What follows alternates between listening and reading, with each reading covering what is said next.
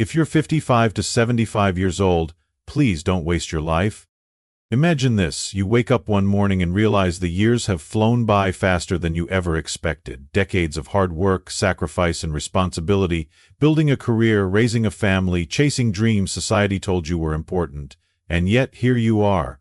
The milestones have passed, the obligations have eased. So now, ask yourself, what comes next?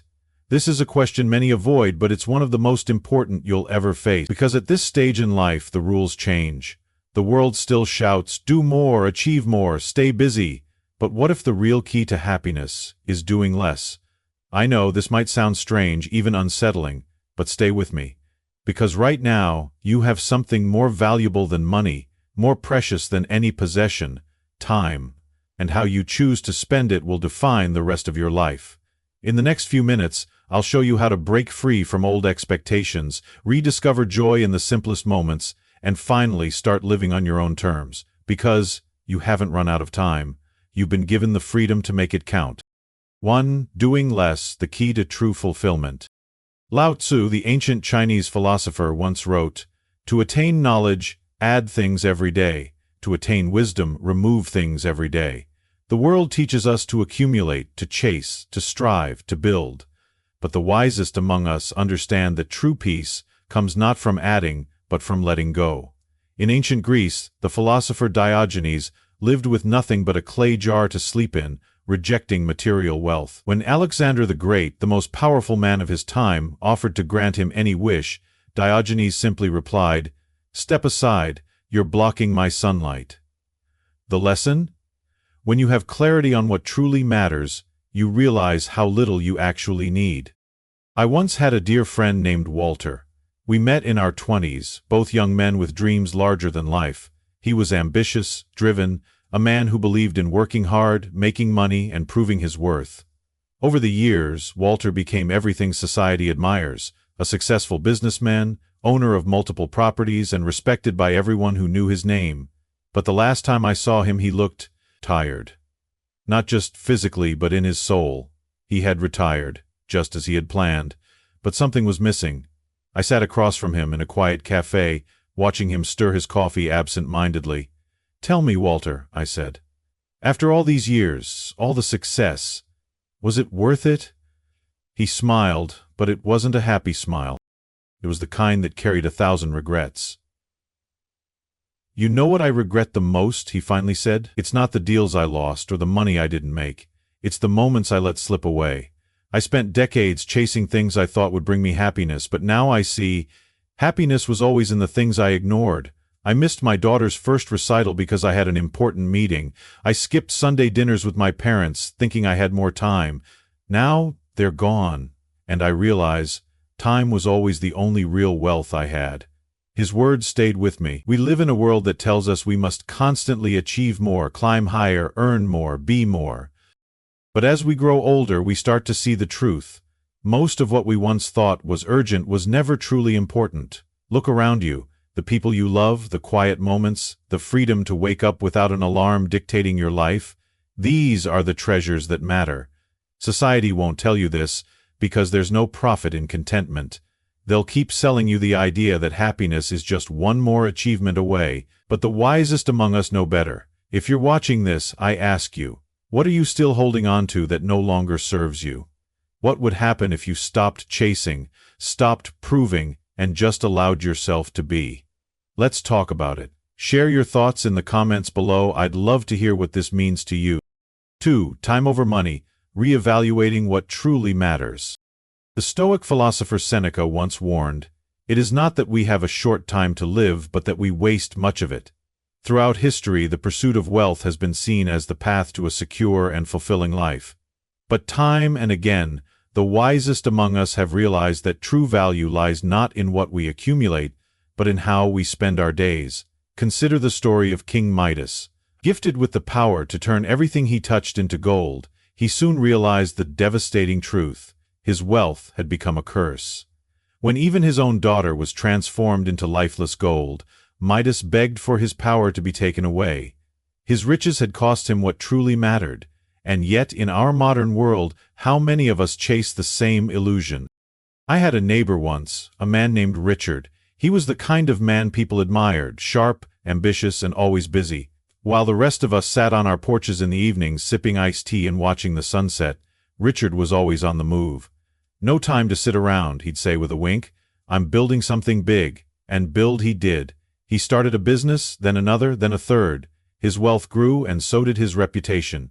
He had the biggest house on the street, the finest cars, and a vacation home he barely had time to visit. He was the definition of success, at least, that's what we all thought. Then one day we stopped seeing him. At first we assumed he was traveling, off sealing another deal. But when weeks turned into months, I decided to check in. What I found broke my heart. Richard had suffered a stroke.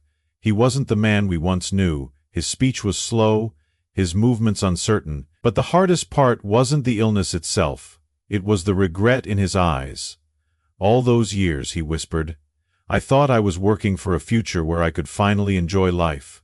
But the future never came." His children, now grown, had their own lives.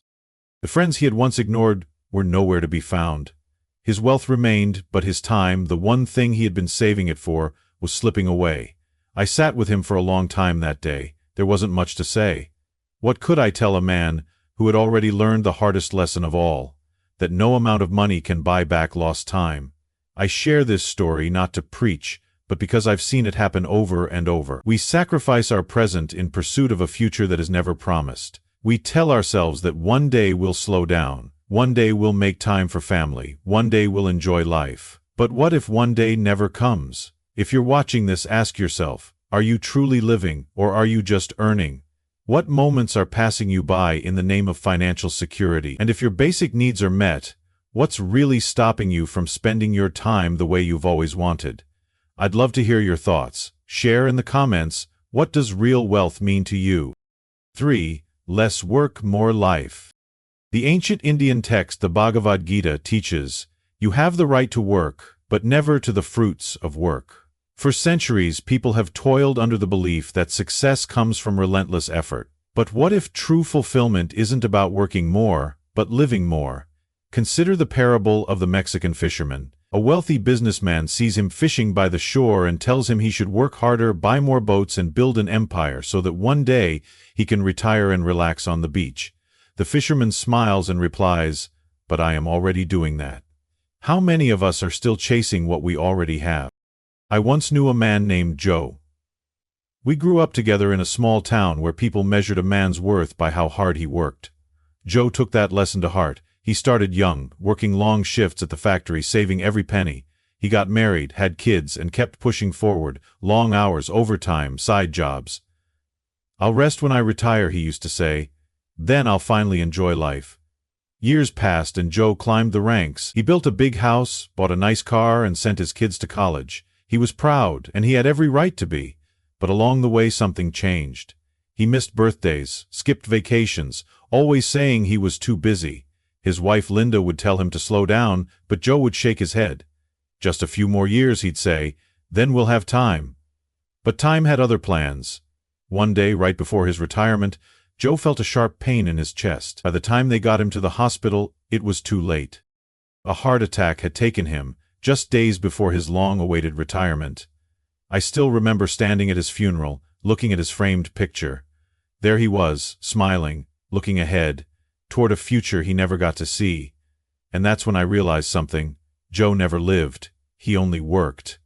We grew up believing that hard work was the only way to prove our worth, that if we just pushed a little longer, a little harder, happiness would come. But happiness isn't waiting for us at the finish line. It's in the moments we choose to live now. So if you're still working day and night, postponing joy for a future you hope will come, let me ask you, what if that future never arrives? What responsibilities can you let go of? What joys have you been putting off? Tell me in the comments, what's one thing you'd do today if you finally gave yourself permission to enjoy life? 4. Subtract, don't add. Living on your own terms. The great Roman philosopher Epictetus once said, "Wealth consists not in having great possessions, but in having few wants." The world tells us that the key to happiness is adding more success, more belongings, more achievements, but the wisest among us know that real peace comes from subtracting. There's an old Zen story about a university professor who visited a master to learn about enlightenment. The master poured him tea but kept pouring even after the cup overflowed. The professor shouted, "Stop, the cup is full!" The master smiled and said, "Just like this cup, you are full of opinions and desires. You must first empty yourself before you can receive wisdom. Perhaps the life you want isn't in what you can gain, but in what you're willing to let go." My friend Margaret was once the kind of woman who had everything, or so it seemed. A big house, designer clothes, jewelry, a schedule packed with charity events and dinner parties. People admired her, envied her even, but one evening as we sat on her back porch sipping tea, she let out a deep sigh. "I don't know why I'm exhausted all the time," she admitted. "Maybe because you never stop," I said with a chuckle. She smiled, but it didn't reach her eyes. "You know what's funny?" she said. "I don't even enjoy half of what I do. I just do it. I don't even know why anymore." She told me about the endless commitments, the expectations, the social obligations that felt more like a prison than a privilege. "Then why don't you stop?" I asked. She looked at me as if I had suggested something impossible. But something about that question lingered. Months passed, and then one day, Margaret did something that shocked everyone. She downsized. She sold her 5-bedroom house and moved into a small, cozy cottage near the beach. She gave away the clothes she never wore, let go of the obligations she dreaded, and cut ties with people who drained her energy. And for the first time in years, I saw her truly happy. She called me one morning, the sound of waves in the background. "I finally understand," she said. "I used to think adding more would make me feel complete, but it was the letting go that set me free." How many of us are still holding on to things, physical or emotional, that no longer serve us? A closet full of clothes we never wear, a schedule packed with things we don't even enjoy, relationships that drain us rather than uplift us. So I ask you, what can you subtract from your life today? What could you let go of to make space for what truly matters? Share in the comments, what's one thing you've let go of that brought you peace? 5. Finding joy in simple pleasures. The great poet Rumi once said, "Be like a tree and let the dead leaves drop." He wasn't just speaking of loss, but of learning to appreciate what remains.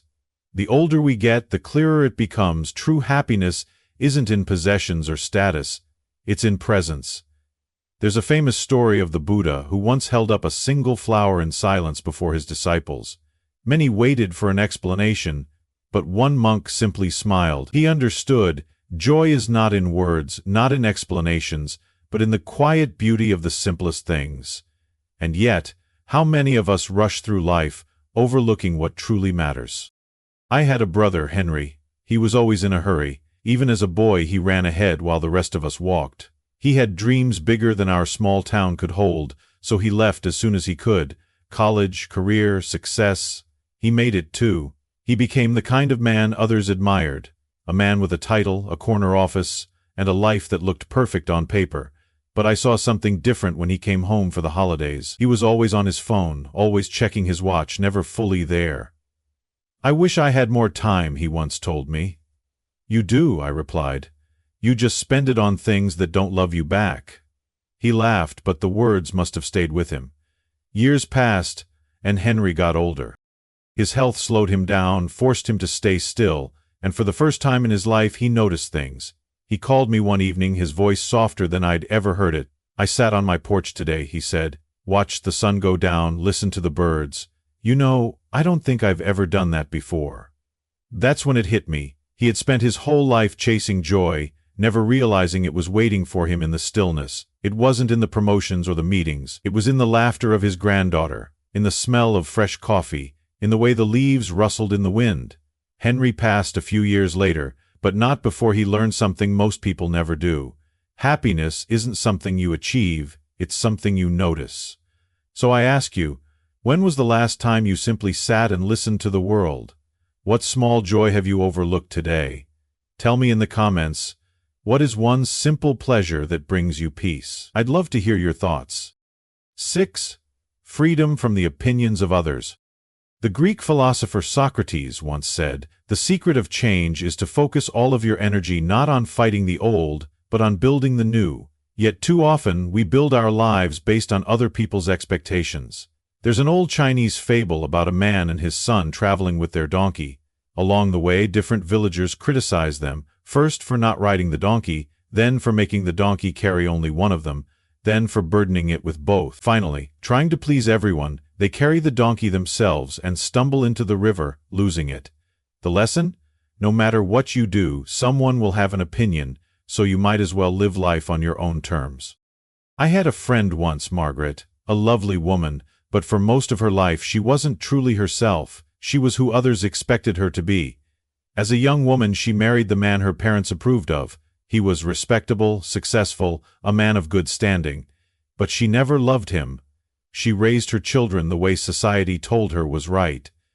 She wore the clothes she was supposed to wear, kept her hair the way women her age should, and hosted the kinds of gatherings that made her look like the perfect wife and mother. But behind closed doors, she was miserable. I remember the day she finally admitted it to me.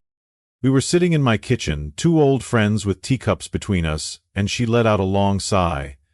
"I've spent my whole life trying to be what everyone else wanted," she said, "and now I wonder, who would I have been if I had just been me?" She was nearly 70 when she decided to change. She divorced the husband who never truly saw her. She cut her hair short, something she had always wanted to do but never dared. She took up painting, wore colors she loved, and started traveling on her own, people whispered. Some called her selfish, others said she was too old for such things. But Margaret? She was finally alive. I visited her once after she had moved to a small coastal town. She was sitting on her porch, barefoot, watching the sunset with a glass of wine. She turned to me and smiled. "I should have done this 40 years ago." She passed away a few years later, but I'll always remember her final years, not for the things she lost, but for the freedom she finally found. So let me ask you, are you still living for others, or have you found the courage to live for yourself? Tell me in the comments, what's one thing you've done just for you, without worrying about what anyone else thinks? 7. Letting go, releasing control over the future. The Taoist sage Lao Tzu once said, "When I let go of what I am, I become what I might be." We spend much of our lives trying to shape the future, crafting plans, setting expectations, believing that if we just work hard enough, life will unfold exactly as we envisioned. But reality has its own rhythm, and more often than not, the life we planned is not the life we get. There's a well-known story of a Chinese farmer. One day, his horse ran away. His neighbors said, "What bad luck?" The farmer simply replied, "Maybe." The next day, the horse returned, bringing wild companions. "How wonderful!" the neighbors cheered. Again the farmer said, "Maybe." Later, his son broke his leg while riding one of the new horses. "How terrible!" the villagers cried. But when war came, and the army passed over his son because of his injury, the farmer simply smiled. The lesson? Life is unpredictable. What seems like a setback today may be a blessing tomorrow. I spent most of my life believing I had control, that if I worked hard, planned well, and made the right choices, life would follow the path I had envisioned. I was wrong. My wife Eleanor and I had a plan. We would retire in Florida, buy a little house by the water, and spend our golden years traveling, laughing, and enjoying the life we had built. But life had other ideas. Eleanor got sick just a year before retirement. What started as fatigue turned into something far worse. Within months, I was sitting beside her hospital bed, holding her frail hand, knowing our dreams were slipping away. I spent weeks fighting against it, asking why, trying to control what I could, medications, appointments, diets, but none of it changed the inevitable. A night as I sat beside her, exhausted and defeated, she squeezed my hand. "Stop trying to fix what isn't yours to fix," she whispered. "Just be here with me." That moment changed everything. Instead of planning for a future that would never come, I focused on what we had left. I read to her, played her favorite music, sat in silence with her, as the sun set outside the hospital window. And when the time came, I let her go, knowing I had truly been there, instead of lost in the struggle to change what could not be changed. After she passed, I thought my life was over. The future we had planned was gone. But as the years passed, I learned something Eleanor had always known. Peace comes when we stop clinging to what should have been and start embracing what is. I never moved to Florida. Instead, I found joy in the little things. A quiet morning with my coffee, the way the sky turns pink at dusk, the laughter of my grandchildren. I stopped asking why things didn't go as planned and started asking, what can I still enjoy today? So I ask you, what are you holding on to that is keeping you from embracing today? Let me know in the comments, what's one unexpected joy you've found when life didn't go as planned? 8. Embracing gratitude, the path to lasting happiness. The Stoic philosopher Epictetus once said, "Wealth consists not in having great possessions, but in having few wants." Gratitude is not about what we own, it's about recognizing the beauty of what we already have. There's an old Sufi tale of a man who constantly prayed for more wealth, believing it would bring happiness. One day a wise dervish asked him, "If you lost your sight, would you trade all your riches to see again?" The man nodded. "And if you lost your legs, would you give up your fortune to walk once more?" Again he agreed. The dervish smiled. "Then why do you not cherish these treasures as much as gold?" There was a time in my life when I believed happiness came from what I had, a good home, financial security, and the approval of others. And yet when my wife Ellen passed away, none of those things could fill the void she left behind. I spent months consumed by grief, focusing on everything I had lost.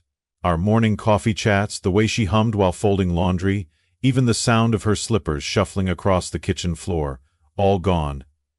One day, my granddaughter Lily came to visit. She was only 6 at the time, full of energy and curiosity. She climbed onto my lap and asked, "Grandpa, why do you always look so sad?" I told her I missed Grandma. She thought for a moment, then took my hand and said, "But she's still here." I frowned. "No, sweetheart, she's not." Lily pointed to the sun streaming through the window. "She is when you sit in her garden." She pointed to the old rocking chair. "She is when you drink tea in her favorite spot." And then she placed her tiny hand over my heart. "She is when you remember her." That little girl, without realizing it, saved me. She taught me that gratitude isn't about ignoring loss, it's about appreciating what remains. So I started noticing again the way the morning sun warmed my face, the scent of Ellen's roses in the garden, the sound of Lily's laughter echoing in the hallway. I had spent so much time mourning the past that I forgot to cherish the present. Now, I make it a habit to say thank you every morning, not just with words, but by truly seeing the life I still have. And do you know what? I've never been happier. So tell me, what is something simple that you are grateful for today? Share in the comments, I'd love to hear your thoughts. 9. Finding purpose in the everyday. The Greek philosopher Aristotle once said, "Where your talents and the needs of the world cross, there lies your purpose." For centuries, people believed that purpose had to be grand, building empires, achieving greatness, leaving behind a legacy that history would remember. But true purpose doesn't always come from grand achievements. There's a Japanese concept called ikigai, which means reason for being. And it's not about fame or fortune, but about finding joy in the everyday. A fisherman finds purpose in feeding his village. A grandmother finds purpose in passing down family recipes. Purpose isn't something we chase, it's something we live, moment by moment. When I was younger, I believed purpose had to be big. I spent decades building my career, chasing promotions, making a name for myself. I thought my purpose was to achieve, until I retired and suddenly I had nothing to achieve anymore. For months I felt lost. No emails, no deadlines, no title to introduce myself with. Who was I if I wasn't somebody anymore?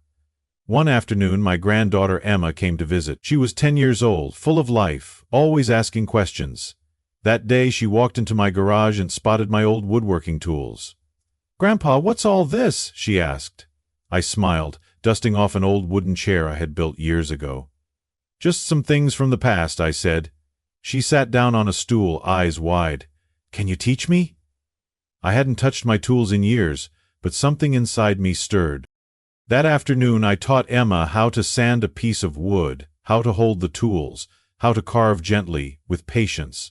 She listened with such excitement, and by the end of the day she had made a small wooden bird. It wasn't perfect, but her face glowed with pride. "I want to make more," she said. "Can we do this again next weekend?" And just like that, I found my purpose again. Not in meetings or contracts, but in the quiet act of passing something down. Over time, more neighborhood kids started coming by, asking to learn. Parents thanked me, saying their kids were spending less time on their screens and more time creating. My garage became a little workshop of laughter and learning. And I realized, purpose had been here all along, waiting in the everyday moments. So, if you're searching for meaning, stop looking so far ahead. Purpose isn't about doing more. It's in the simple ways we connect, the knowledge we share, the small joys we create. Tell me, what is something small you do that brings purpose to your life? Share in the comments. I'd love to hear your story. If you've made it this far, thank you for taking this journey with me. These years are not an ending, they are a beginning, a time to step back from the noise, from the endless expectations, and finally ask yourself, what do I truly want? Maybe it's more quiet mornings, more laughter with loved ones, or simply the freedom to just be. Whatever it is, you've earned it. You no longer have to chase, prove, or please. So, will you let go of what no longer serves you? Will you embrace a life that is lighter, simpler, and truly yours? Because in the end, peace isn't something we find, it's something we allow. If this message resonated with you, let me know in the comments. What's one thing you're choosing to let go of today? And if you haven't already, consider subscribing. Let's continue this journey together.